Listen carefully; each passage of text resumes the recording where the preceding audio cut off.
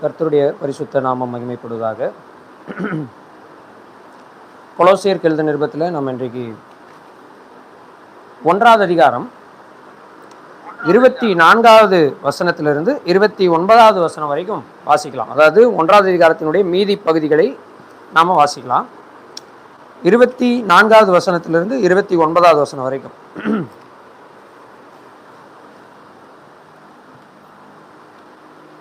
இப்பொழுது நான் உங்கள் நிமித்தம் அனுபவிக்கிற பாடுகளில் சந்தோஷம் அடைந்து கிறிஸ்துவனுடைய உபத்திரவங்களில் குறைவானதை அவருடைய சரீரமாகிய சபைக்காக என் மாம்சத்திலே நிறைவேற்றுகிறேன். ஆதி காலங்களுக்கும் தலைமுறைகளுக்கும் மறைவாயிருந்து இப்பொழுது அவருடைய பரிசுத்தவான்களுக்கு வெளியாக்கப்பட்ட இரகசியமாகிய தேவவசனத்தை பூரணமாய் தெரியப்படுத்துகிறதற்கு உங்கள் பொருட்டு தேவனால் எனக்கு அளிக்கப்பட்ட உத்தியோகத்தின்படியே நான் அந்த சபைக்கு ஊழியக்காரன் ஆனேன். புறஜாதிகளுக்குள்ளே விளங்கிய இந்த இரகசியத்தில் உள்ள மகிமையின் ஐஸ்வர்யம் இன்னதென்று தேவன் தம்முடைய பரிசுத்தவான்களுக்கு தெரியப்படுத்த சித்தமானார். கிறிஸ்துவானவர் மகிமையின் நம்பிக்கையாக உங்களுக்குள் இருப்பதே அந்த இரகசியம். எந்த மனுஷனையும் கிறிஸ்து இயேசுவுக்குள் தேறினவனாக நிறுத்தும்படிக்கு அவரையே நாங்கள் அறிவித்து எந்த மனுஷனுக்கும் புத்தி சொல்லி எந்த மனுஷனுக்கும் எல்லா ஞானத்தோடும் உபதேசம் பண்ணுகிறோம். அதற்காக நான் எனக்குள்ளே வல்லமையாய் கிரியை நடப்பிக்கிற அவருடைய பலத்தின்படி போராடி பிரயாசப்படுகிறேன். அப்போஸ்தலனாகிய பவுல் ஒரு அப்போஸ்தலனாக சபையிலே அவருடைய வேலை என்ன, அல்லது கிறிஸ்துவின் சரீரமாகிய சபை, அது ஸ்தல சபையாக இருக்கட்டும் அல்லது உலகளாகிய சபையாக இருக்கட்டும், ஒரு அப்போஸ்தலனாக அவருக்கு கொடுக்கப்பட்டிருக்கிற வேலை என்ன என்பதை அவர் இந்த பகுதியில் அவர் என்ன செய்கிறார், அவர் விவரிக்கிறார். இந்த சபை என்கிற கூட்டம் யார் அப்படின்னா, நம்ம ஏற்கனவே அதை தான் போன வாரம் நம்ம பார்த்தோம். இந்த சபைக்காக தான் கர்த்தராகிய இயேசு கிறிஸ்துவானவர் அவர் தன்னுடைய இரத்தத்தை சிந்தி தன்னுடைய சரீரத்தை ஒப்பு கொடுத்து இந்த சபையார் குற்றமற்றவர்களும் கண்டிக்கப்படாதவர்களும் உறுதியான விசுவாசம் உள்ளவர்களாக இருக்க வேண்டும் என்பதற்காக தம்மை என்ன செஞ்சார், ஒப்பு கொடுத்து இந்த சபையாரை மீட்டெடுத்தார். இவங்க யாரு அப்படின்னா, இவங்க அந்தகாரமாக இருந்தவர்கள், மனதிலே சத்துருக்களாக இருந்தவர்கள், இப்படிப்பட்டவர்களாக இருந்தவர்கள். ஆனால் இவர்களை ஒப்புரவாக்கினார். எப்படின்னா, தன்னுடைய மாம்ச சரீரத்தில் அடைந்த ஆக்கினையினாலே தேவனோடு நம்ம என்ன செய்திருக்கிறார், சீர்புருந்த பண்ணியிருக்கிறார், ஒப்புரவாக்கி இருக்கிறார், ரிகன்சைல் பண்ணப்பட்டிருக்கிறோம். இப்போ இந்த சபைக்கு அப்போஸ்தலனாகிய பவுல் சொல்றாரு, நான் இந்த சபைக்கு ஊழியக்காரனாக ஆனேன். நான் இந்த சபைக்கு என்னவானேன், ஊழியக்காரனாக ஆனேன் என்று சொல்லுகிறார். என்று சொல்லும்போது அந்த வேலையை குறித்து கொஞ்சம் விவரிக்கிறார். அந்த வேலையை குறித்து என்ன செய்யறாருன்னா கொஞ்சம் விவரிக்கிறார். முதல்ல ஒரு கான்ட்ரோவர்சியலான ஒரு வசனம் இங்கே இருக்கிறது. அது என்னன்னா 1வது அதிகாரம் 24வது வசனம். அதுதான் சொல்லி ஆரம்பிக்கிறார். என்ன சொல்றாரு பாருங்க, வாசிங்க 24. இப்பொழுது நான் உங்கள் நிமித்தம் அனுபவிக்கிற பாடுகளில் சந்தோஷம் அடைந்து கிறிஸ்துவனுடைய உபத்திரவங்களில் குறைவானதை அவருடைய சரீரமாகிய சபைக்காக என் மாம்சத்திலே நிறைவேற்றுகிறேன். இதை நிறைய பேர் என்ன சொல்றாங்க அப்படின்னா, பாருங்க, இயேசு கிறிஸ்துவே சபைக்காக சபைக்காக பட்ட பாடுகள்ன்றது அது என்னது, பத்தலையா, அதுவே என்னப்பட்டிருக்கு, குறைவுபடுத்தப்பட்டிருக்குது. அதை பவுல் தான் பூரணமா என்ன செஞ்சிருக்கிறாரு, ஆமா, நிறைவாக்கின மாதிரி இங்க அவர் சொல்றாரு அப்படின்னு சொல்லி நிறைய பேர் சொல்லுவார்கள். ஆனால் இந்த வசனம் அப்படி சொல்லவில்லை. அப்படி சொல்லி இருந்தால் 1வது அதிகாரத்தில் அவர் இந்த சபையாரை மீட்பதற்கு இயேசு கிறிஸ்துவின் ரத்தம் மாத்திரமே போதுமானது, அவருடைய இரத்தத்தினாலே பாவமன்னிப்பாகிய மீட்பு உண்டாயிருக்கிறது, அவர் உங்களுக்கு மாம்ச சரீரத்திலே அடைந்த ஆக்கினையினாலே உங்களை ஒப்புரவாக்கினார் என்கிற வார்த்தைகளை எல்லாம் அவர் சொல்ல வேண்டிய அவசியம் இல்லை. இயேசு கிறிஸ்துடைய வேலை முடியல, இனிமே நாங்க தான் அதெல்லாம் என்ன செய்யறோம், ஆமா, நாங்க எங்களுடைய சரீரங்களில் பாடுபட்டு தான் அப்போஸ்தலராகிய நாங்கள் தான் இந்த வேலையை என்ன பண்றோம்னா நிறைவேற்றி முடிக்கிறோம் அப்படின்ற மீனிங்ல அந்த வசனம் அங்க என்ன செய்யப்படவில்லை, சொல்லப்படவில்லை. அப்போ அங்க என்னதான் சொல்ல வருகிறார், இப்போ கவனமா அந்த வசனத்தை வாசிக்கலாம். மறுபடியும் ஒரு விஷயம் வாசிங்க. இப்பொழுது நான் உங்கள் நிமித்தம் அனுபவிக்கிற பாடுகளில் உங்கள் நிமித்தம் அனுபவிக்கிற பாடு. இந்த உங்கள் நிமித்தம் அவர் சொல்றாரு இல்லையா, இந்த உங்கள் நிமித்தம்ன்றது யார்? யார் இந்த உங்கள் நிமித்தம்? உங்களுக்காக, உங்களுக்காக நான் பாடுபடுகிறேன் அப்படின்னு சொல்றாரு இல்லையா, கரெக்டா? அந்த உங்கள் அப்படின்றாருல யார சொல்றாரு? இந்த உலகத்தில் இருக்கும் பாவிகளாகிய மனிதர்களை சொல்றாரா, அல்லது ரட்சிக்கப்பட்டு கர்த்தராகிய இயேசு கிறிஸ்துவினால் ரத்தத்தினால் மீட்கப்பட்டு தேவனுடைய பிள்ளைகளாக இருக்கிற சபையாருக்கு இதை சொல்லுகிறாரா? யாருக்கு சொல்றாரு? உங்கள் நிமித்தம்னு சொல்லும் போது சபையாருக்கு அதை சொல்லுகிறார். எப்படி நம்ம இதை சபையாருக்கு சொல்றாருன்னு பார்க்கலாம். எப்படின்னா 2வது வசனத்தை வாசிங்க. கொலோசியர் 1:2. கொலோசே பட்டணத்தில் கிறிஸ்துவுக்குள் பரிசுத்தவான்களும் விசுவாசிகளுமாய் இருக்கிற சகோதரர்களுக்கு எழுதுகிறதாவது. யாருக்கு எழுதுறாரு? சபையாருக்கு. பரிசுத்தம், பரிசுத்தவான்கள் சொல்றாரா? சபையாருக்கும் பரிசுத்தவான்களுக்கும் எழுதுகிறாரு. அப்போ இந்த இடத்துல உங்கள் நிமித்தம்னு சொல்ல போனா யாரு? கொலோசே சபையார். சபை அப்படின்னா யாரு? நம்ம ஏற்கனவே போன வாரம் படிச்சோம். கிறிஸ்து இயேசுவினால் பரிசுத்தமாக்கப்பட்டவர்களும் பரிசுத்தவான்களாகவே தொடர்ந்து வாழும்படி அழைக்கப்பட்டவர்களும். அந்த கூட்டத்துக்கு பேர் தான் என்னது? சபை. சரியா? இந்த கூட்டத்தில் ரட்சிக்கப்படாதவர்கள் இல்லை. ரட்சிக்கப்படாதவர்களை சபைன்னு என்ன செய்ய முடியாது, சொல்ல முடியாது. சபையாக கூடும் போது கூட வந்து கூடி எழுந்து போலாம். ஆனா அவர்கள் சபையாருன்னு என்ன செய்ய முடியாது, சொல்ல முடியாது. சபை என்றால் ரட்சிக்கப்பட்டவர்களுடைய கூட்டம். அப்படி பார்க்கும் பொழுது உங்கள் நிமித்தம்னு சொன்னா ஆல்ரெடி ரட்சிப்பை அடைந்தவர்களின் நிமித்தம் யாரு பாடுபடுறா? பவுல். பவுல் பாடுபடுறார். அப்போ இயேசு கிறிஸ்து பட்ட பாடு போதாது, அதனால ரட்சிப்பு கிடைக்காது.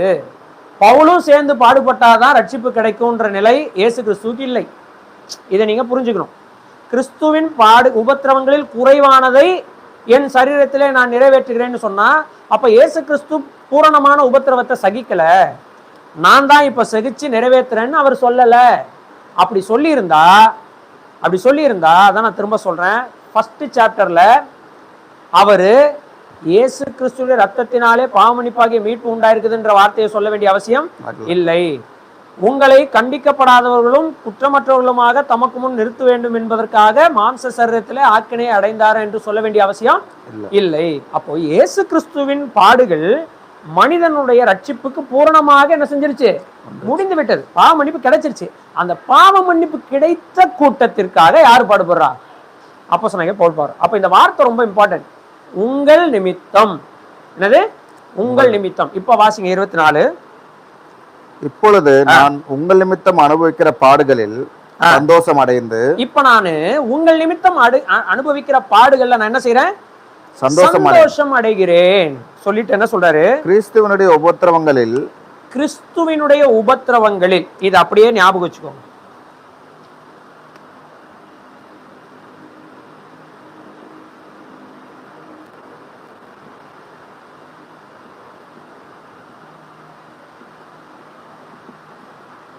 கிறிஸ்துவினுடைய உபத்திரவங்களில் குறைவானதை அவருடைய சரீரமாகிய சபைக்காக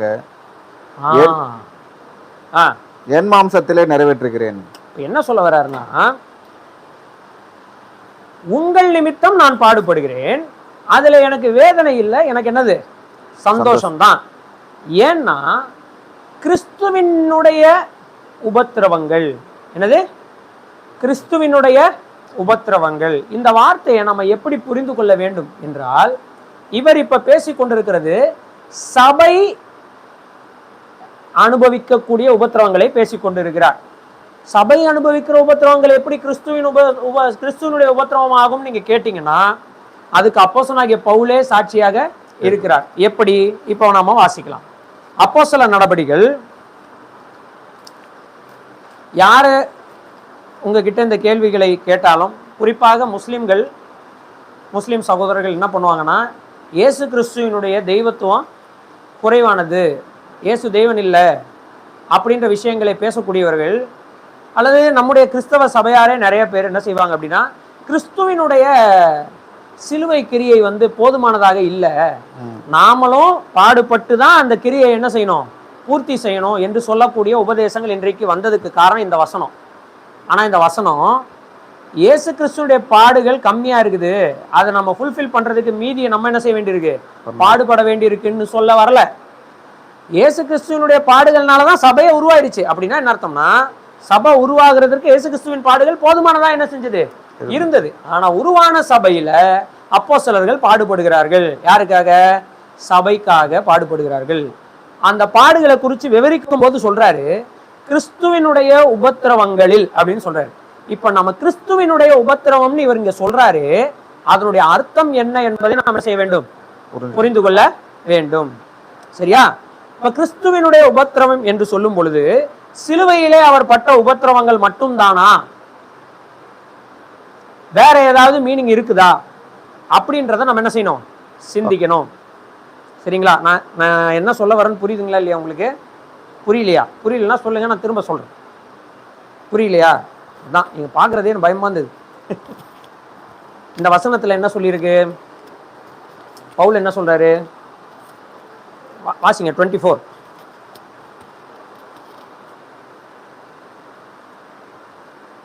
எங்க வேற எங்கேயோ திருப்பி வச்சிட்டீங்களா? அப்போஸ்தலர்ல திருப்பி வச்சிருக்கீங்களா? சரி, அவர் பிரதர் வாசிப்பாரு, கேளுங்க.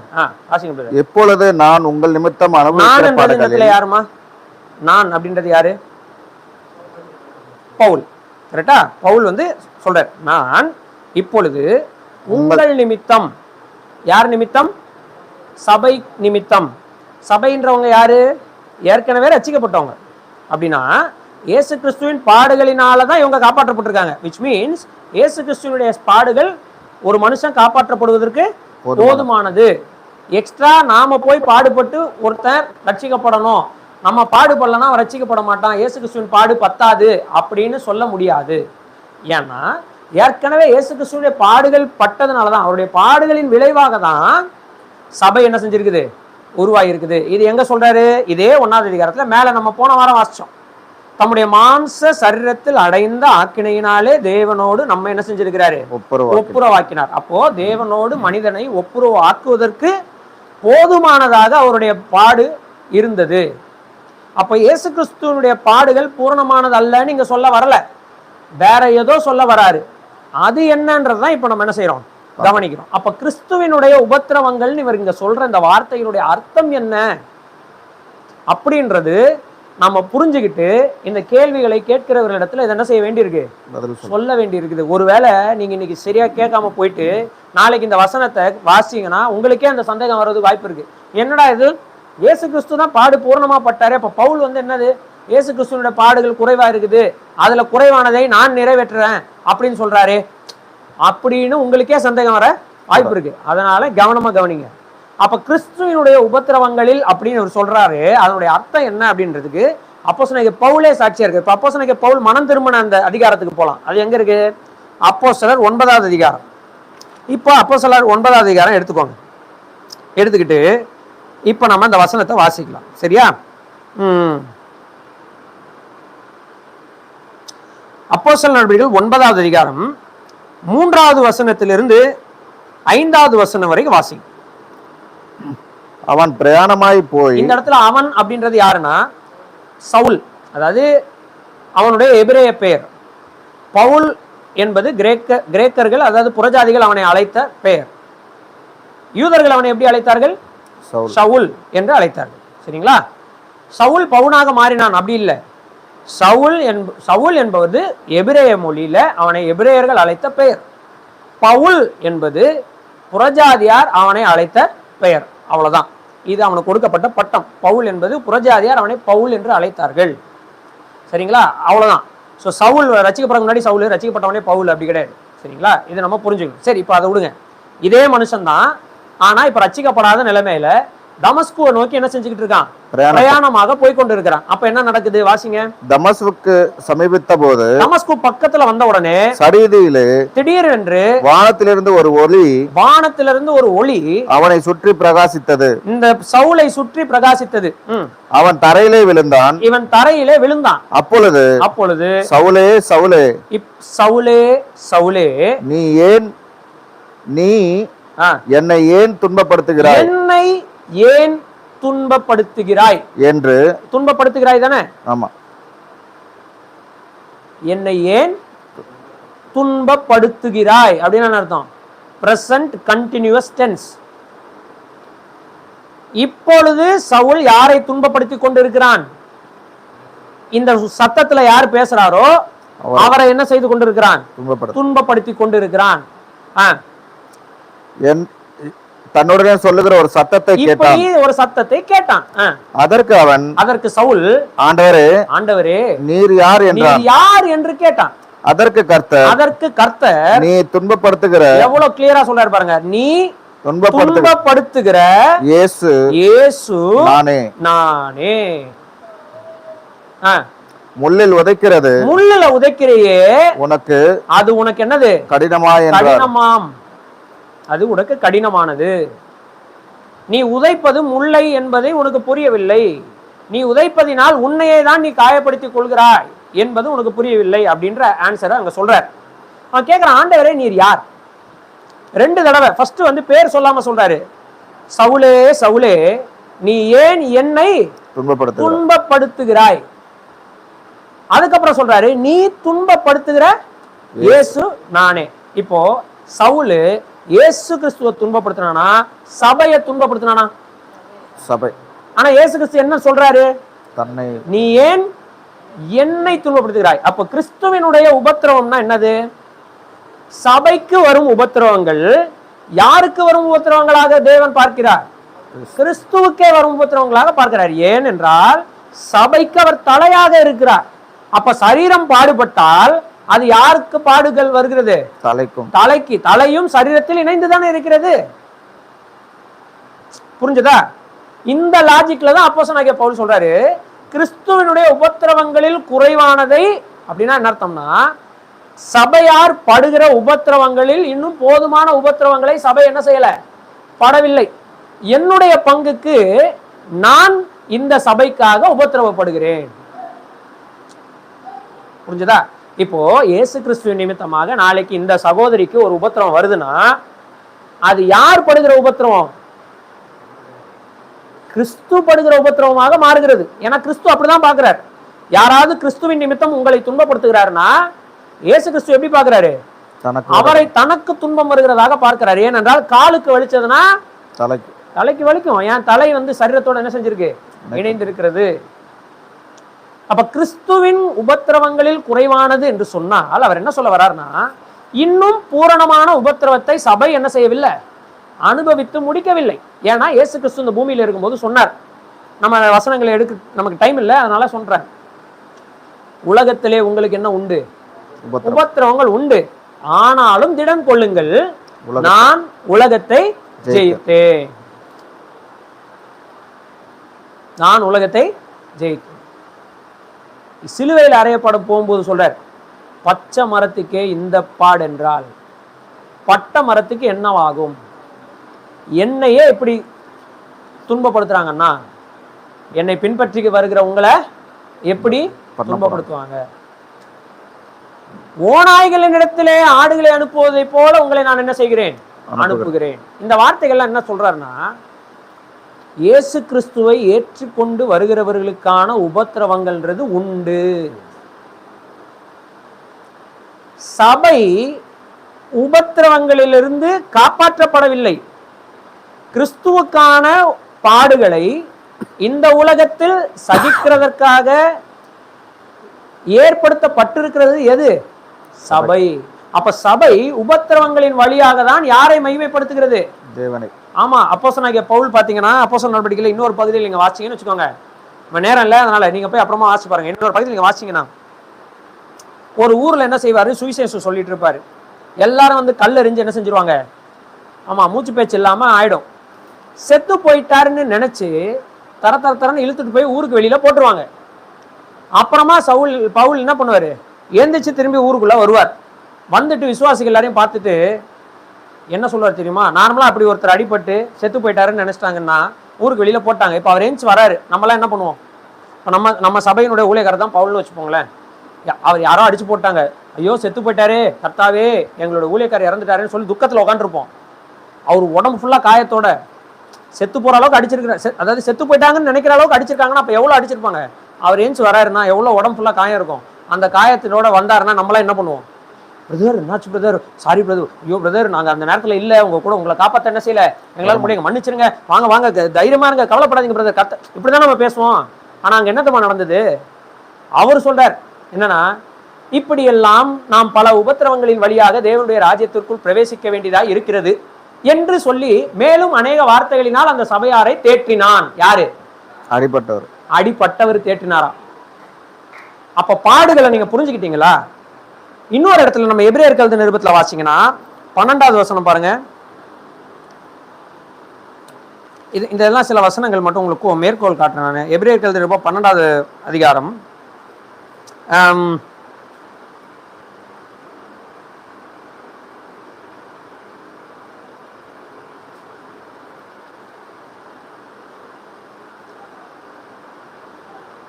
4வது வசனம் வாசிங்க. 3-4 ரெண்டுமே வாசிங்க. ஆகையால் நீங்கள் இளைப்பு உள்ளவர்களாய் உங்கள் ஆத்துமாக்களில் சோர்ந்து போகாதபடிக்கு நீங்க சோர்ந்து போகாதபடிக்கு தமக்கு விரோதமாய் பாவிகளால் செய்யப்பட்ட இவ்விதமான விபரீதங்களை சகித்த அவரையே நினைத்துக் கொள்ளுங்கள். இந்த அவர்ன்றது எவரு? இயேசு கிறிஸ்துவானவர். அவரை நீங்க என்ன செய்யுங்க? நினைத்துக் கொள்ளுங்கள். எப்ப நினைத்துக் கொள்ளுங்கள்? பாவத்திற்கு விரோதமாக நினைத்துக் கொள்ளுங்கள். எப்பெல்லாம் நீங்க அவரை நினைத்துக் கொள்ளுங்கள் சொல்றாரு? நீங்க துன்பப்படும் போது, நீங்க பாடுபடும் போது, இளைப்புள்ளவர்களா உங்க ஆத்துமாக்கள்ல சோர்ந்து போகும்போது நீங்க யார நினைச்சுக்கோங்க? 5 அப்போ 2 மீன் 5000 பேர் போஷிச்சவரை நினைத்துக் கொள்ளுங்கள். அப்படியா போட்டிருக்கு? மீன் வாயிலிருந்து பொற்காசை எடுத்து தந்த இயேசு கிறிஸ்துவை நினைத்துக் கொள்ளுங்கள். அப்படியா போட்டிருக்குது? அப்படி போடல. உங்களை போல உங்களுக்காக பாடுகள் பட்டவரை என்ன செய்யுங்க?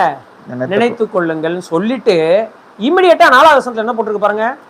பாவத்திற்கு விரோதமாய் போராடுகிறதில் ரத்தம் சிந்துகிற அளவுக்கு நீங்கள் இன்னும் எதிர்த்து நிற்கவில்லையே அப்படின்னா அர்த்தம். பாவத்துக்கு விரோதமான போராட்டத்துல ரத்தம் சிந்துகிற அளவுக்கு எதிர்த்து நிற்க வேண்டிய சூழ்நிலை வந்தாலும் எதிர்த்து நிற்கணும். நீங்க எல்லாம் இன்னும் அந்த அளவுக்கு என்ன செய்யல, எதிர்த்து நிற்கல அப்படிங்கிற அததான் இங்க சொல்றாரு. கிறிஸ்துவினுடைய உபத்திரவங்களில் குறைவானதை, அதாவது நியாயப்படி நீங்கள் பட வேண்டிய உபத்திரவங்களை இப்ப யார் பட்டு கொண்டிருக்கிறேன்? நான் உங்களுக்காக பட்டு கொண்டிருக்கிறேன். அதனால எனக்கு கவலை இல்லை. காரணம், கிறிஸ்துவின் உபத்திரவங்களில் குறைவானது தான் நான் பட்டு கொண்டிருக்கிறேன். கிறிஸ்து நமக்காக பட்ட உபத்திரவங்களில் குறைவானதுன்னு சொல்லல. சபை சகிக்கிற உபத்திரவம் இன்னும் போதாது. இன்னும் கர்த்தருக்காக நிறைய என்ன செய்ய வேண்டியிருக்கு? சகிக்க வேண்டியிருக்கு. என் பங்குக்கு நான் என்ன செய்கிறேன் என்றால், என் சரீரத்தில் அந்த பாடுகளை என்ன செய்கிறேன்? ஏற்றுக்கொள்கிறேன். இது எவ்வளவு பெரிய உதாரணம் பாருங்க.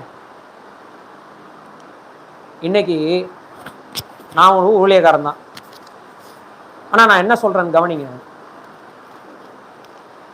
தேவ பிள்ளைகளுக்கு உபத்திரவம் வரும் பொழுது, இன்றைக்கு நீங்கள் டிவியில் பார்க்கக்கூடிய பெரிய பெரிய தலைவர்களாக தங்களை காட்டிக்கொள்ளுகிற பிரசங்கிமார்கள் எல்லாம் நீங்க பாத்தீங்கன்னா கடைசியாக அவங்க தான் உபத்திரவம் போடுவாங்க. முதல்ல படுகிறதெல்லாம் யார் தான் போடுவாங்க? ஜனங்கள், விசுவாசிகள் தான் போடுவாங்க. ஆனா அப்போஸ்தலனாகிய பவுல் அப்படியே ஆப்போசிட். இயேசு கிறிஸ்து மாதிரி, என்னை பிடிக்கிறது உண்டானால் இவர்களை போக விடுங்கள்னு தன்னைத்தானே முன்வந்து ஒப்பு கொடுத்தாரு கர்த்தராகிய இயேசு கிறிஸ்துவானவர். அப்போஸ்தலனாகிய பவுல் சொல்றாரு, உங்களுக்காக நான் பாடுபடுறேன், அதை பத்தி எனக்கு கவலை இல்லை. இதுதான் ஒரு தலைவனுக்கு அழகாக இருக்கிறது. சபையார் நீங்கள் கவனமாக கவனிக்க வேண்டும். இந்த சபையிலே உங்கள் நிமித்தம் பாடுகளை சகிக்கிறவர்கள், பாடுகள்னா உடனே கையிலையும் காலையும் அடி வாங்குறது தான் பாடுகள் நினைச்சிடாதீங்க. மென்டல் ஸ்ட்ரெஸ்ல இருந்து எல்லாமே பாடுகள் தான். சபையின் வளர்ச்சிக்காக இன்றைக்கு ஒவ்வொரு ஆத்மா ஐயோ வளரணுமே, இவங்க பைபிள் படிக்கணுமே, இவங்க ஜோம் பண்ணணுமே, இவங்க கர்த்தருக்குள்ள வளரணுமே, இவங்க கர்த்தருக்குள்ள ஒரு நல்ல எதிர்காலமுள்ள குடும்ப வாழ்க்கை உங்களுக்கு அமையணுமே அப்படின்னு ஒவ்வொரு விசுவாசிகளுக்காக பாடுபடக்கூடியவர்களாக இருக்கிறவர்கள் யாரோ அவர்கள் கிறிஸ்துவின் உபத்திரவங்களில் கொண்டு வகிக்கிறவர்களாக இருக்கிறபடினால அவர்களை நீங்கள் என்ன செஞ்சிடக்கூடாது? அற்பமாக என்ன செய்யக்கூடாது? எண்ணக்கூடாது. ஏன்னா அவங்க வேதனையினால இதுங்களுக்கெல்லாம் போய் நான் பாடுபடுறேன் பாருன்னு யாரும் பாடுபடல. அவங்க உங்கள் நிமித்தம் பாடுபடுவதை சந்தோஷமாக என்ன செய்கிறார்கள், எண்ணிக்கொள்கிறார்கள். நான் இந்த சபைன்னு மட்டும் சொல்லலை, எல்லா சபைக்கும் பொதுவாக சொல்றேன். ஏன்னா இது வந்து நிறைய பேர் இதை வந்து திரை வழியாக பார்த்து கொண்டிருக்கிறாங்க, ஆன்லைன்ல பார்த்துருக்காங்க. எல்லா சபையாரும் அவரவர்கள் சபையில ஆத்துமாக்களை கண்காணித்து கொண்டு இருக்கிறவர்களாய், அவர்களுடைய நலவாழ்வுக்காக பாடுபடுகிறவர்களாய், கர்த்தருடைய சமூகத்தில் விழித்திருக்கிறவர்களாம் யார் யார் இருக்கிறாங்களோ அவங்களை நீங்க அற்பமா என்ன செய்யக்கூடாது, எண்ணக்கூடாது.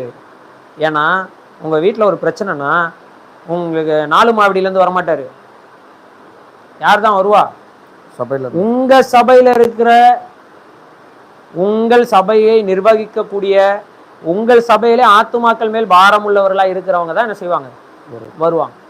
மற்றவங்க என்ன செய்ய மாட்டாங்க, வரமாட்டாங்க. நம்ம நிறைய நேரம் என்ன நினைச்சுக்கிறோம், அவர் தான் பெரிய ஊழியக்காரர், ஏன் அவர் அங்க நிக்கிறார், இவரு ஒண்ணும் கிடையாது. நோ, சகோதர சகோதரிகளே, நாம அப்படி பார்க்கவே கூடாது. அப்போஸ்தலனாகிய பவுல் பாருங்க எவ்வளவு அழகான உதாரணத்தை செட் பண்றாரு. அவர் சொல்றாரு, கிறிஸ்துவின் உபத்திரவங்களில் குறைவுள்ளதை நான் என்ன செய்யறேன், கிறிஸ்துவின் நிமித்தம் சபைக்காக என் சரீரத்திலே நான் என்ன செய்கிறேன், அதை சகிக்கிறேன். புரிஞ்சுதுங்களா? சரி, இப்போ அந்த வார்த்தை புரிஞ்சிச்சுல உங்களுக்கு. கிறிஸ்துவனுடைய உபத்திரவங்கள்னு சொல்லும் போது அப்போஸ்தலர் 9வது அதிகாரத்தின் அடிப்படையில் நாம் புரிந்து கொள்ளலாம், சபைக்கு வரும் உபத்திரவத்தை தான் கிறிஸ்துவினுடைய உபத்திரவம் என்று இங்க அப்போஸ்தலனாகிய பவுல் என்ன செய்கிறார், சொல்லுகிறார். ஏன்னா அந்த கான்டெக்ஸ்ட் எப்படி ஆரம்பிக்கிறார்னா, உங்கள் நிமித்தம் நான் படும் உபத்திரவம்னு ஆரம்பிக்கிறார். நீங்க ரட்சிக்கப்பட்டதுக்காக நான் பட்ட உபத்திரவம்னு சொல்லல, சபையாராகிய உங்களுக்காக நான் என்ன செய்கிறேன். நீங்க ரட்சிக்கப்பட்டதுக்கு இயேசு கிறிஸ்து தான் உபத்திரப்பட்டாரு. ஆனா ரட்சிக்கப்பட்ட நீங்க நியாயப்படி இயேசு கிறிஸ்துவுக்காக உபத்திரவங்களை என்ன செய்யணும், சகிக்கணும். ஆனா இப்போ உங்கள் நிமித்தம் நான் சகிச்சு கொண்டு இருக்கிறேன் அப்படின்னு அப்போஸ்தலனாகிய பவுல் என்ன செய்கிறார், இங்கே சொல்லுகிறார். அதை தான் அவர் அங்க சொல்ல வராரே தவிர, கிறிஸ்துவானவர் உபத்திரவம் பூர்ணமாக சகிக்கவில்லை, நான் என்னமோ அப்ப இயேசு கிறிஸ்துவ கூட ஜாஸ்தியா பாடுபடுகிறேன் என்று அவர் என்ன செய்யல, சொல்லவில்லை. இதுல ரொம்ப தெளிவா இருக்கணும். ஏன்னா அந்த வசனம் வாசிக்கும் போது அப்படி ஒரு மீனிங் உங்களுக்கு ஈஸியா வரும், அந்த சந்தேகம் வரும். பல பேர் அப்படி சந்தேகத்தை கிளப்பிடுவார். சரி, இப்போ 25வது வசனத்தை வாசிங்க. ஆதி காலங்களுக்கும் தலைமுறை தலைமுறைகளுக்கும் மறைவாய் இருந்து இப்பொழுது அவருடைய பரிசுத்தவான்களுக்கு வெளியாக்கப்பட்ட ரகசியமாகிய தேவ வசனத்தை பூரணமாய் தெரியப்படுத்துகிறதற்கு உங்கள் பொருட்டு தேவனால் எனக்கு அளிக்கப்பட்ட உத்தியோகத்தின்படியே எனக்கு ஒரு உத்தியோகம் தரப்பட்டிருக்கிறது. அப்போஸ்தலனாகிய பவுல் சொல்றாரு, எனக்கு ஒரு உத்தியோகம் என்னது, வேலை. உங்களுக்காக எனக்கு கொடுக்கப்பட்ட வேலை. நான் வந்து உத்தியோகம்னு எழுதல, என்ன எழுதுறேன், வேலை. ஓகே, இப்போ அந்த வசனம் நீங்க வாசிங்க இல்லையா, 25ல என்ன என்ன வேலை கொடுக்கப்பட்டிருக்குன்னு சொல்றாரு, திரும்ப பாருங்க. அத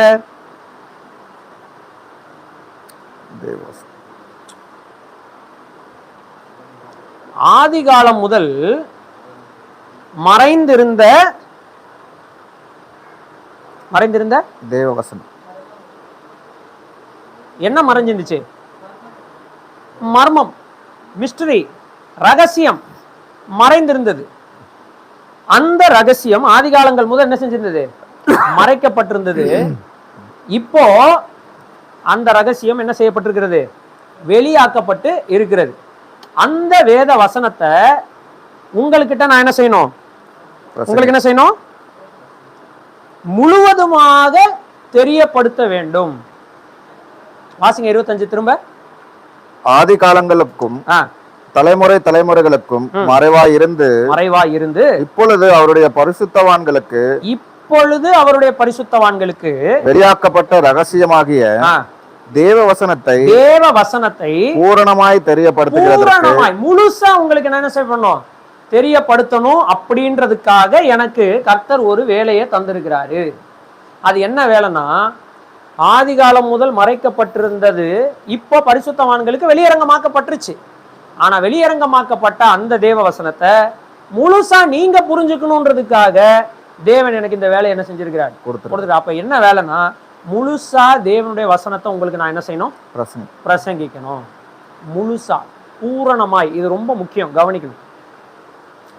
ஒளிவு மறைவு இல்லாமல் தேவன் தந்திருக்கிற அப்படியே அந்த ரகசியத்தை, அந்த வசனத்தை, ஆதி காலம் மூலம் மறைந்திருந்ததை இப்ப நான் உங்களுக்கு என்ன செய்யணும், வெளிப்படுத்தணும். இப்ப அப்படியே கண்டினியூவா வாசிங்க. புறஜாதிகளுக்குள்ளே விளங்கிய இந்த ரகசியத்தில் உள்ள மகிமையின் இன்னைக்கு புறஜாதிகளுக்கு இந்த ரகசியம் விளங்கிருச்சு. ஆனா முன்னாடி அந்த ரகசியம் புறஜாதிகளுக்கு விளங்கல, வெறும் யார்கிட்ட மட்டும் தான் இருந்துச்சு? யூதர்களுக்கிட்ட மட்டும்தான் என்ன செஞ்சது இருந்தது. தலைமுறையாக யூதர்களுக்கு மட்டும்தான் அந்த ரகசியம் என்ன செஞ்சது இருந்தது. அவங்களுக்கே அது முழுசா வெளியே சொல்லப்படல. ஆனா இன்னைக்கு புறஜாதிகளாகிய உங்களுக்கு கூட என்ன செய்யப்பட்டிருக்குது, சொல்லப்பட்டிருக்குது. ஐஸ்வர்யம் என்னதென்று தேவன் தம்முடைய பரிசுத்தவான்களுக்கு தெரியப்படுத்த சித்தமானார். அந்த மகிமையின் ஐஸ்வர்யம் தானே. ஆமா, அந்த மகிமையின் ஐஸ்வர்யம்னா என்னன்னா,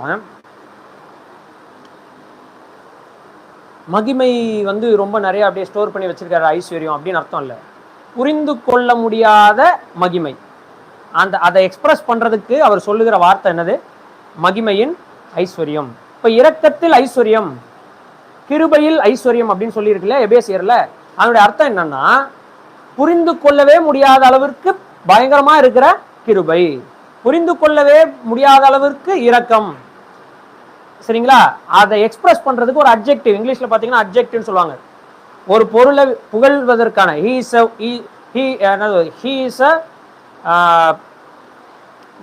இப்போ அவங்க கம்பெனியில் சொல்றாங்களா, ஹீ இஸ் அன் எம்ப்ளாயி அப்படின்னா அவர் ஒரு வேலைக்காரர். He is a good employee அப்படின்னா அர்த்தம் அவர் ஒரு நல்ல வேலைக்காரர். இப்போ குட் அப்படின்ற வார்த்தை வந்து என்ன ஆயிடுச்சு, அவரை புகழ்வதற்கான ஒரு புகழ்ச்சி வார்த்தை ஆயிடுச்சு. இதை தான் அட்ஜெக்டிவ் அப்படின்னு சொல்லுவாங்க. அந்த மாதிரி தேவனுடைய மகிமை அப்படின்னு சொன்னா தேவனுடைய மகிமை, தேவனுடைய மகிமையின் ஐஸ்வர்யம் அப்படின்னு சொன்னா புரிந்து கொள்ளவே முடியாத அளவிற்கு உன்னதமா இருக்கிற மகிமை அப்படின்னு அர்த்தம். இவ்வளவுதான் மீனிங்.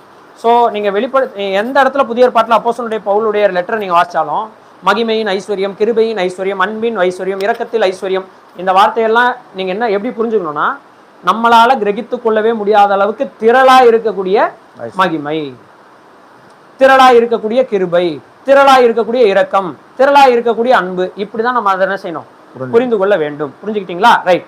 இப்ப அப்போஸ்தலனாகிய பவுல் சொல்றாரு, இந்த மகிமையின் ஐஸ்வர்யத்தை தேவன் தம்முடைய பரிசுத்தவான்களுக்கு தெரியப்படுத்த சித்தமானார். தேவன் தம்முடைய பரிசுத்தவான்களாகிய நமக்கு தெரியப்படுத்த சித்தமானார். இப்போ உங்ககிட்ட ஒரு கேள்வி கேட்கிறேன். பழைய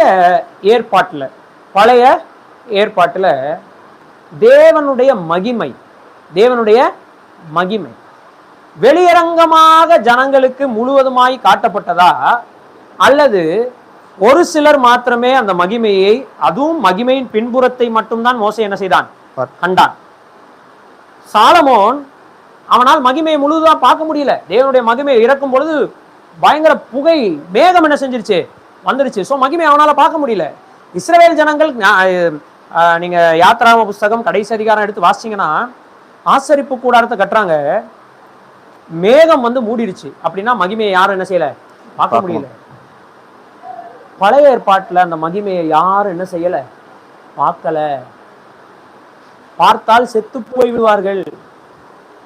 மறைவாக வைக்கப்பட்டிருந்த மகிமை மோசே பார்த்தான், அதுவும் மகிமையின் பின்புறத்தை பார்த்தான். அப்படின்னு அர்த்தம்னா முழு மகிமையை அவனும் என்ன செய்யவில்லை, பார்க்கவில்லை. முழு மகிமையை பார்க்கவில்லை. கிதியோன் மாம்சத்திலே வந்த தேவனை, பழைய ஏற்பாட்டில் நிறைய தடவை வந்திருக்கிறார், அதை கர்த்தருடைய தூதனானவர்னு எழுதியிருக்கும். அவர் வந்து அந்த அக்கினியை குச்சி வச்சு தொட்ட உடனே அவர் என்ன செஞ்சிருவாரு, போயிடுவார். அப்போ கிதியோன் சொல்லுவான், ஐயோ நான் தேவனை முகமுகமாய் கண்டேன், நான் செத்து போயிடுவேனே அப்படின்னு என்ன செய்யறான், பயப்படுறான். அப்ப கர்த்தர் சொல்றாரு, பயப்படாத அப்படின்னு சொல்றாரு. அவனும் முழுவதுமா என்ன செய்யல, பார்க்கவில்லை. அப்போ என்ன அப்போஸ்தலன் பவுல் சொல்றாருன்னா, பழைய ஏற்பாடு முழுசும் தேவனுடைய மகிமையை ஒருவர் கூட முழுவதுமாக பார்க்கவில்லை. அது வெளியரங்கமாக காட்டப்படவில்லை. அது என்ன செய்யப்பட்டிருந்தது, மறைக்கப்பட்டிருந்தது. ஆனா இப்போ சூப்பரான ஒரு வார்த்தையை 25வது வசனத்துல சொன்னாரு. இப்ப நீங்க ஆல்ரெடி 2-3 தடவை அந்த வசனத்தை வாசித்து தான் இங்க வந்திருக்கிறோம். இப்போ கொஸ்டின் கேட்கிறேன், ஒரு ரகசியம் மறைக்கப்பட்டிருந்ததுன்னு சொன்னாரா இல்லையா? சொன்னார். இப்ப அந்த ரகசியம் தான் தேவ மகிமைன்னு புரிஞ்சிருச்சா? ஆனா 25வது வசனத்துல அந்த மகிமைக்கு வேற ஒரு வார்த்தை போடப்பட்டிருக்கிறது. அது என்ன, கரெக்டா சொல்லுங்க பார்க்கலாம். நான் கேட்கிற கேள்வி புரிஞ்சுக்கோங்க, இன்னொரு தடவை கேட்கிறேன். மகிமை மறைக்கப்பட்டிருந்தது இப்ப போட்டிருக்கு, வாச்சோமா இல்லையா? 25வது வசனத்துல வேற ஒரு விஷயம் மறைக்கப்பட்டிருந்ததுன்னு போட்டிருக்கா? அப்ப அந்த மகிமை மறைக்கப்பட்டிருந்ததுன்னா அந்த மகிமைக்கு வேற ஒரு வார்த்தை 25வது வசனத்துல சொல்றாரு. அது என்ன? Very good. தேவ வசனம், தேவனுடைய வார்த்தை, தேவனுடைய வார்த்தை. அப்ப நீங்க என்ன புரிஞ்சுக்கணும்னா, ஏதோ தேவன் ஒரு ஒளியாக, ஒரு எலக்ட்ரிக் கம்பமாக, ஏதோ ஒரு காத்தாக, இல்ல பலவிதமான இது ஏதோ பயங்கரமான ஒரு சத்தமாக அப்படியெல்லாம் வெளிப்படுத்தல. வார்த்தையாக தன்னை என்ன செய்தார்? வெளிப்படுத்த. எவ்வளவு அழகா சொல்றாரு பாருங்க. அதான் யோவான் எழுதின சுவிசேஷம் 1ஆம் அதிகாரம் 1ஆம் வசனத்தை சொல்லியிருக்கு. ஆதியிலே வார்த்தை இருந்தது, அந்த வார்த்தை தேவனிடத்தில் இருந்தது, அந்த வார்த்தை தேவனாய் இருந்தது. ஆனா இப்ப அந்த வார்த்தை மாம்சமாகி கிருபையினாலும் சத்தியத்தினாலும் நிறைந்தவராய் நமக்குள்ளே வாசம் பண்ணினார் போட்டிருக்கா. இப்ப அதுக்கு அடுத்த வசனத்தை வாசிக்கலாம். சூப்பரா சொல்லப்பட்டிருக்கு. இப்ப நம்ம வாசிச்ச பகுதியோட அது எவ்வளவு அழகா இணைக்கப்பட்டிருக்குன்றதை நீங்க கவனமா கவனிங்க. யோவான் எழுதின சுவிசேஷம் 1ஆம் அதிகாரம் 1 வசனத்தை நான் சொல்லிட்டேன். 14 வசனம். அந்த வார்த்தை 14 வசனம் வாசிங்க. அந்த வார்த்தை மாம்சமாகி கிருபையினாலும் சத்தியத்தினாலும் தேவனாய் இருந்தவர், தேவனாகவே இருக்கிறவர் மாம்சமாய் இறங்கி வந்தார், கிருபையினாலும் சத்தியத்தினாலும் நிறைந்தவராய் யாருக்குள்ளே வாசம் பண்ணினார்? நமக்குள்ளே வாசம் பண்ணினார், மனிதர்களுக்குள்ளே வாசம் பண்ணினார்னு போட்டுட்டு அடுத்த வார்த்தை என்ன சொல்லிருக்கு? அவருடைய மகிமையை கண்டோம். இது வரைக்கும் யாரும் பார்க்க முடியாத மகிமைய இப்ப யாரு பாக்குறா? யூதர்கள், புறஜாதிகள் என அனைவரும் பார்க்கும்படியாக எல்லாருக்கும் நடுவில் வாசம் செய்கிற மாதிரி நம்மை போல மனுஷனாகவே இந்த பூமிக்கு இறங்கி வந்த வார்த்தை அதே மகிமையுள்ளவராக தான் இருக்கிறாராம். அவருடைய மகிமையை கண்டோம். அதுக்கு அடுத்து சொல்லியிருக்கு, அது பிதாவுக்கு ஒரே பேரானவருடைய மகிமைக்கு ஏற்ற மகிமையாக இருந்தது. கொஞ்சம் கூட குறையல, மகிமை கொஞ்சம் கூட குறையல, அப்படியே வெளியானது. ஆனா மகிமை வெளிச்சமாகவோ புயலாகவோ நெருப்பாகவோ வெளியில ஒரு மாம்சத்துல வந்த மனிதனாக வெளியே வந்தது. அவர்தான் தேவனுடைய வார்த்தையின் திரு உருவமாக என்ன செஞ்சார்? இருந்தார். சோ வார்த்தையே மாம்சமாகி வந்தார். இப்ப அப்போஸ்தலனாகிய பவுல் கொலோசியர்ல சொல்றாரு, ஆதி காலங்களுக்கும் தலைமுறைக்கும் மறைவாய் இருந்த ரகசியமாகிய தேவ வார்த்தையை உங்களுக்கு பூரணமாய் நான் என்ன செய்யணும்? தெரியப்படுத்தணும். அப்படின்றதுக்காக தேவன் எனக்கு இந்த வேலையை கொடுத்தாரு அப்படின்னு சொல்லிட்டு சொல்றாரு. அந்த வார்த்தையை சொல்லும்போது சொல்றாரு, அந்த மகிமை மறைக்கப்பட்டதாக என்ன செஞ்சது? இருந்தது. இப்போ அந்த மகிமை பரிசுத்தவான்களாகிய நம்மிடத்துல வெளியரங்கமாக ஆக்கப்பட்டிருக்கிறது. இப்போ யார் இந்த மகிமை? 3 நிலைமையில பார்க்கிறோம். வார்த்தை, மாம்சத்தில் வந்த வார்த்தை, தேவனுடைய மகிமையை. இப்போ மகிமை என்பது எதை குறிக்கிறது? வார்த்தையை குறிக்கிறது. வார்த்தை என்பது யாரை குறிக்கிறது? இயேசு கிறிஸ்துவை குறிக்கிறது. இப்போ அப்போஸ்தலனாகிய பவுலுடைய வேலை என்னன்னா, இந்த இயேசு கிறிஸ்துவானவரை முழுசா உங்களுக்கு தெரியப்படுத்தணும். எப்படி? முழுசா தெரியப்படுத்தணும், பூரணமாக தெரியப்படுத்தணும்ன்றதுதான் என் வேலை. அதனாலதான் நீங்க எபேசியர்கள் நிருபம் 2ஆம் அதிகாரத்தின் கடைசி வசனத்தை நீங்க வாசிச்சீங்கன்னா வாசிங்க. எபேசியர்கள் நிருபம் 2ஆம் அதிகாரத்தின் அவர் மேல் நீங்களும், அதுக்கு மேல அதுக்கு முந்தின வசனம் சேர்த்து வாசிங்க. 20ல இருந்து வாசிக்கும். அப்போஸ்தலர் 20ல இருந்து வாசிங்க. அப்போஸ்தலர், தீர்க்கதரிசிகள் என்பவர்களுடைய அஸ்திபாரத்தின் மேல் கட்டப்பட்டவர்களுமாய் இருக்கிறீர்கள். அதற்கு இயேசு கிறிஸ்து தாமே மூலக்கல்லாய் இருக்கிறார். சரி, இப்போ 1 கொரிந்தியர் வாங்க.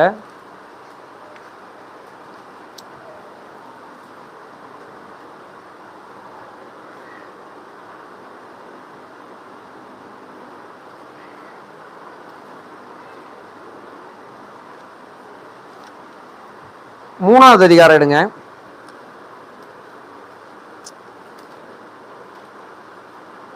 11வது வசனத்தை வாசிங்க.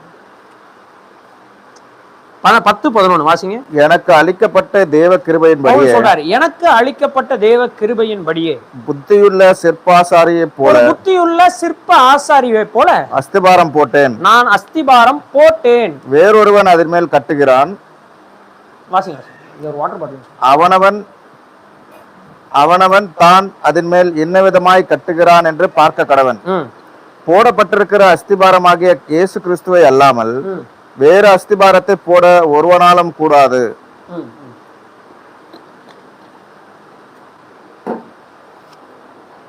அப்போஸ்தலர்களுடைய ஊழியத்தை பத்தி சொல்றாரு. எபேசியர்ல வாசிச்சோம், அப்போஸ்தலர்கள் தீர்க்கதரிசிகள் என்பவர்களுடைய அஸ்திபாரத்தின் மேல் நீங்க என்ன செய்யப்படுறீங்க? கட்டப்பட்டு வருகிறீர்கள். இத ஒரு ஆங்கிள் நம்ம புரிந்து கொள்ளலாம். அந்த அஸ்திபாரத்துக்கு மூளைக்கல்லாக இருக்கிறது யாரு? இயேசு கிறிஸ்துன்னு வாசிச்சோம். இங்க அதை இன்னும் கொஞ்சம் விளக்கமா பார்த்தோம்னா அவர் சொல்றாரு, நான் அஸ்திபாரம் போட்டேன் அப்படிங்கிறார். யார அஸ்திபாரமாக போட்டாருன்னு சொல்றாருன்னா, போடப்பட்டிருக்கிற அஸ்திபாரமாகிய கிறிஸ்துவை தவிர வேற யாரையும் அஸ்திபாரமா என்ன செய்ய முடியாது, போட முடியாது. அப்படின்னா அப்போஸ்தலர்கள்லாம் என்ன செஞ்சாங்க?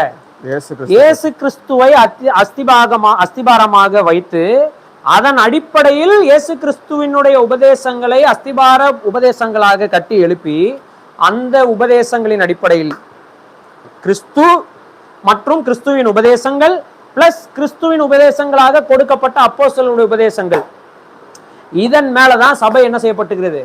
கட்டப்பட்டு வருகிறது. இப்ப அப்போஸ்தலனாகிய பவுல் சொல்றாரு, இங்க கொலோசையர்ல சொல்றாரு, உங்களுக்கு பூரணமாக இயேசு கிறிஸ்துவை நான் என்ன செய்யணும்? தெரியப்படுத்தணும், வெளிப்படுத்தணும். அப்ப அப்போஸ்தலர்களுடைய வேலை என்ன? இயேசு கிறிஸ்து என்னும் அந்த தேவ மகிமையாகிய தேவ வார்த்தை என்னும் அந்த நபரை பரிபூரணமாக நாம் அனைவரும் அறிந்து கொள்ள வேண்டும் என்பதற்காக தேவ வசனத்தை அனைவருக்கும் பிரசங்கிக்கும் வேலையை தேவன் யாருக்கு கொடுத்தாரு? அப்போஸ்தலர்களுக்கு கொடுத்தாரு. அப்படின்னா நம்ம இதுல இருந்து என்ன புரிஞ்சுக்கலாம்னா, இயேசு கிறிஸ்து என்கிற அந்த நபரை முழுவதுமாக புரிந்து கொள்வதற்கு சுவிசேஷங்கள் என்கிற புஸ்தகங்கள் மட்டும் போதாது, அப்போஸ்தலர்களுடைய உபதேசங்களும் நமக்கு தேவை. அது நிருபங்களாக வேதாகமத்தில் நமக்கு என்ன செய்யப்பட்டிருக்கிறது? எழுதி கொடுக்கப்பட்டு இருக்கிறது. இதற்கு மேல நான் தேவனுடைய மகிமையை பார்த்தேன், அதை நான் புதிதாக உங்களுக்கு வெளிப்படுத்துகிறேன்லாம் யாரும் வர முடியாது. பவுல் சொல்றாரு, போடப்பட்டாச்சு. யாரு? கிறிஸ்து என்ற நபர் அஸ்திபாரமாக என்ன செஞ்சாச்சு? போட்டாச்சு. இதற்கு மேல வேற அஸ்திபாரம் இல்ல. இன்னைக்கு யாராவது வந்து இயேசு என்னோடு பேசினார், சகோதரியே உன் வாழ்க்கையில் இப்படி அப்படி, கிறிஸ்துவை அப்போஸ்தலர்கள் ஆல்ரெடி அஸ்திபாரமாக போட்டார்கள். அவருடைய உபதேசங்களை அஸ்திபார உபதேசங்களாக வைத்தார்கள். அதன் மேல அதன் அடிப்படையில் தான் சபை என்ன செய்யப்பட்டு வருகிறது? கட்டப்பட்டு வருகிறது. அப்போ அப்போஸ்தலனாகிய பவுல் ரொம்ப தெளிவா இருக்கிறார். எனக்கு கொடுத்திருக்கிற வேலை என்னவென்றால், நீங்கள், அதாவது கொலோசையரை பார்த்து சொல்றாரு, நீங்கள் பரிபூர்ணமாக இயேசு கிறிஸ்துவை அறிந்து கொள்ள வேண்டும். அதாவது தேவ வசனத்தை அறிந்து கொள்ள வேண்டும். அப்ப அப்போஸ்தலனாகிய பவுலுடைய நோக்கம் என்னன்னு பாருங்க. ஒவ்வொரு விசுவாசியும் இயேசு கிறிஸ்துவை பரிபூர்ணமா என்ன செய்யணும்? அறிந்து கொள்ள வேண்டும். இது ரொம்ப முக்கியமான உபதேசம் புதிய ஏற்பாட்டில். எல்லா நிருபங்களும் இது இருக்கு. கர்த்தரையும் அவருடைய கிருபையிலும் பலப்படுங்கள், கர்த்தரை அறிகிற அறிவில் வளருங்கள், கர்த்தர் மேல அஸ்திபாரமாக ஊன்ற கட்டப்பட்டு அதன் மேல என்ன செய்யுங்க? வளருங்கள். அப்போ சொன்ன கர்த்தராக இயேசு கிறிஸ்துவே சொல்றார், என்னில் நிலைத்திருந்து வளருங்கள், அப்பொழுதுதான் நீங்க மிகுந்த கனி என்ன செய்வீங்க? தருவீர்கள். அப்போ இயேசு கிறிஸ்துவின் மேல் இணைந்து அவரை பரிபூர்ணமாய் அறிந்து கொள்ள வேண்டிய கடமை நம்ம எல்லாருக்கும். புரிஞ்சுதுங்களா?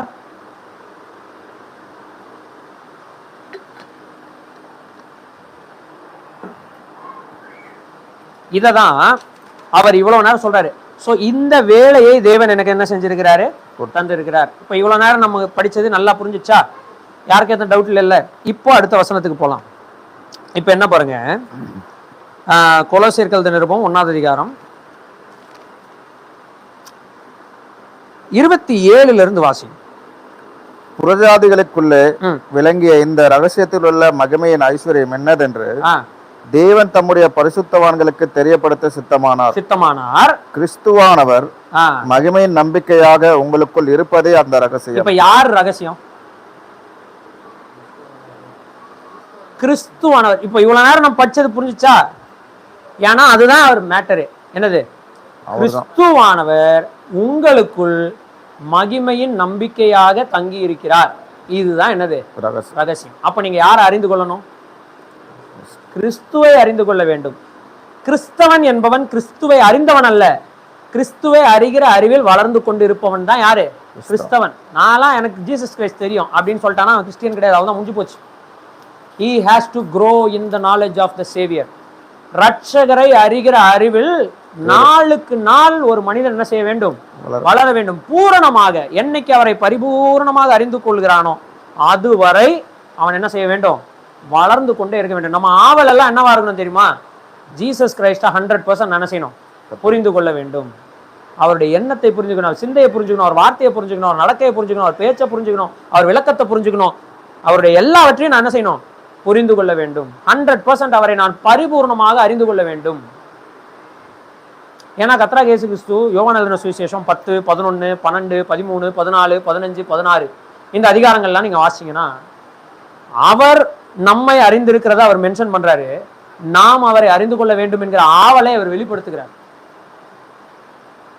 என் ஆடுகள் என் சத்தத்துக்கு செவி கொடுக்கிறது, நான் அவைகளை அறிந்திருக்கிறேன், அவைகள் எனக்கு பின் செல்லுகிறது. என் ஆடுகள் என் சத்தத்தை அறிந்திருக்கின்றது. சோ அவர் நம்மை அறிந்திருக்கிறார், நாம் அவரை அறிந்திருக்கிறோமான்றதான் இன்னைக்கு கேள்விக்குறி. எங்க இருந்து அந்த ஜர்னி ஸ்டார்ட் ஆகுதுன்னா இயேசு கிறிஸ்துவை ரட்சகராக அறிந்து கொள்றதுல இருந்து ஸ்டார்ட் ஆகுது. என்னுடைய ரட்சகராக இயேசு கிறிஸ்துவை நான் என்றைக்கு ஏற்றுக்கொண்டு அறிந்து கொள்ள துவங்குகிறேனோ அங்கிருந்து அந்த ஜர்னி ஸ்டார்ட் ஆகுது. ஆனா டே பை டே என்ன செஞ்சுக்கிட்டே இருக்குது? அது வளர்ந்து கொண்டே இருக்க வேண்டும். ஆனா நமக்கு எப்படி ஆயிடுச்சு? இப்போ ரட்சிக்கப்பட்டாச்சு, ஞானஸ்நானத்தை ஆச்சு, பரலோகத்து டிக்கெட் கன்ஃபார்ம், பைபிளை மூடி வச்சுட்டு வேலையை பார். வாழ்க்கை முழுக்க நம்ம விருப்பத்தின்படி என்ன செஞ்சல ஆந்தரல. நம்ம டிக்கெட் கன்ஃபார்ம் ஆயிடுச்சுல பரலோகத்துக்கு, அப்புறம் நம்ம எப்படி வாழ்ந்தா என்ன? ஞாயிற்றுக்கிழமை வந்து பாவ மன்னிப்பு கேட்டா முடிஞ்சு போச்சு. ஆனா நம்மை ஒருவர் காப்பாற்றினார்ல, அவர் யாருன்னு நம்ம அறிந்து கொள்ள வேண்டும்ன்ற வாஞ்சை நமக்கு இருக்குதா? அது ரொம்ப கம்மியா இருக்குது இன்னைக்கு. யாருக்கிட்ட? கிறிஸ்தவர்கள் இடத்துல. கிறிஸ்துவை பத்தி நிறைய தெரியும், அவர் எவ்வளவு தூரம் தாடி வச்சிருந்தாரு, எவ்வளவு தூரம் மீசை வச்சிருந்தாரு லெவலுக்கு இன்னைக்கு ரீசர்ச் பண்றாங்க. ஆனா கிறிஸ்து என்கிற நபரை தெரியுமா அப்படின்னு கேட்டா தெரியாது. தெரிஞ்சா அவருடைய அன்பு நம்முடைய அன்பாக இருக்கும், அவருடைய எண்ணம் நம்முடைய எண்ணமாக இருக்கும், அவருடைய பேச்சு நம்முடைய பேச்சாக இருக்கும், அவருடைய மூச்சு நம்ம மூச்சாக இருக்கும், அவருடைய உழைப்பு நம்முடைய உழைப்பாக இருக்கும், அவருடைய சித்தம் நம்முடைய சாப்பாடாக இருக்கும்.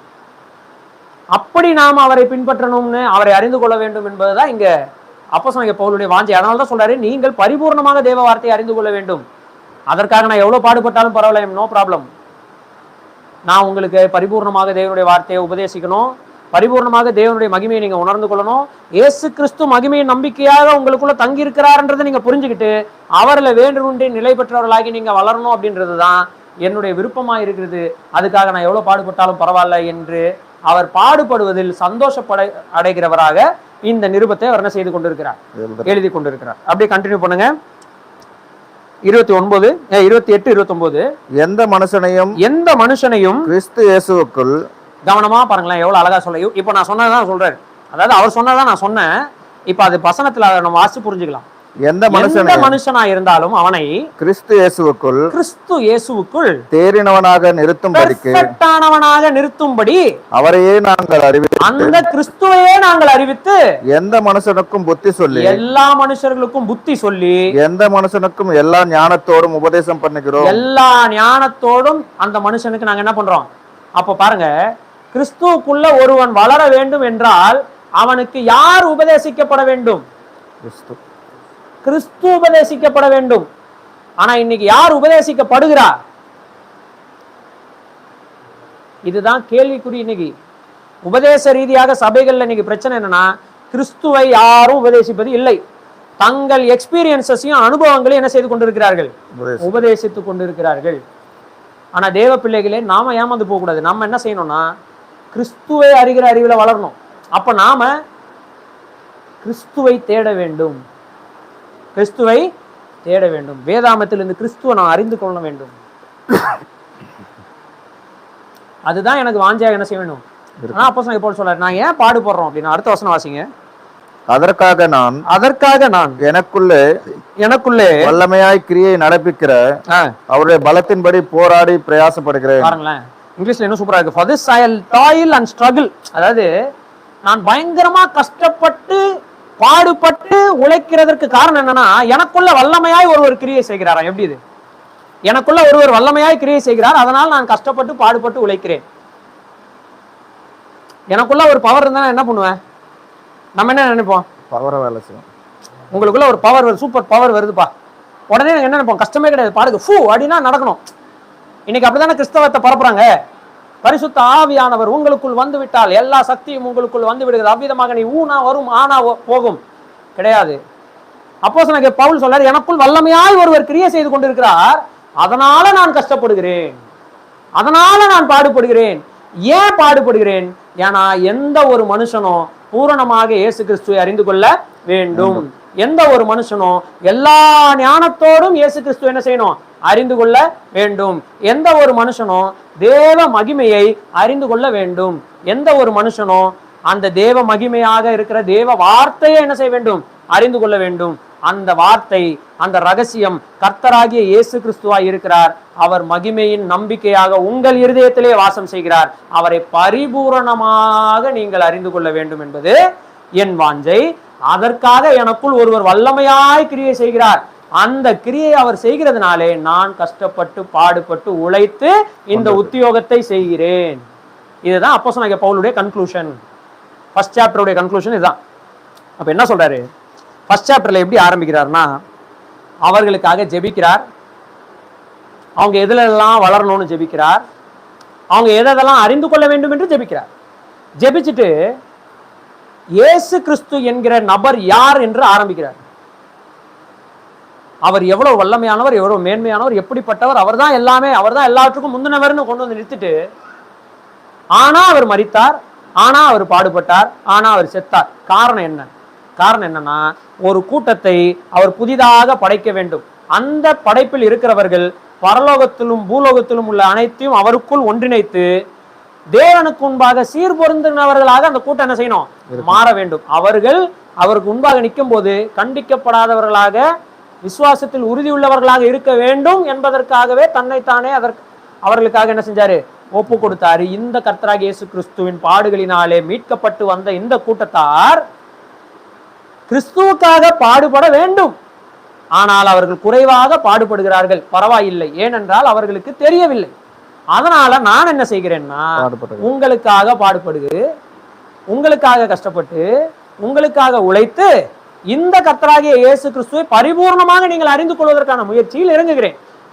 அப்படி இறங்கி நான் பாடுபட்டு கஷ்டப்பட்டு உங்களுக்காக பிரயாசப்படுகிறேன் அப்படின்னு என்ன செய்யறாரு? முடிக்கிறார். இதான் ஃபர்ஸ்ட் அதிகாரத்தினுடைய கன்க்ளூஷன். இப்ப ரெண்டாவது அதிகாரத்துக்கு வரும்போது அவர் இதை கண்டினியூ பண்றாரு. இந்த பாடுகளின் விளைவாக நான் என்னென்னலாம் உங்களுக்கு சொல்ல வரேன்னு என்ன செய்யறாரு? அவரு மற்ற விஷயங்களை சொல்லிக் கொடுக்க இருக்கிறார். கர்த்தருக்கு சித்தமானா வருகிற வாரத்தில் அதை நம்ம என்ன செய்யலாம் பார்க்கலாம். கர்த்தருடைய நாமம் மகிமைப்படுவதாக.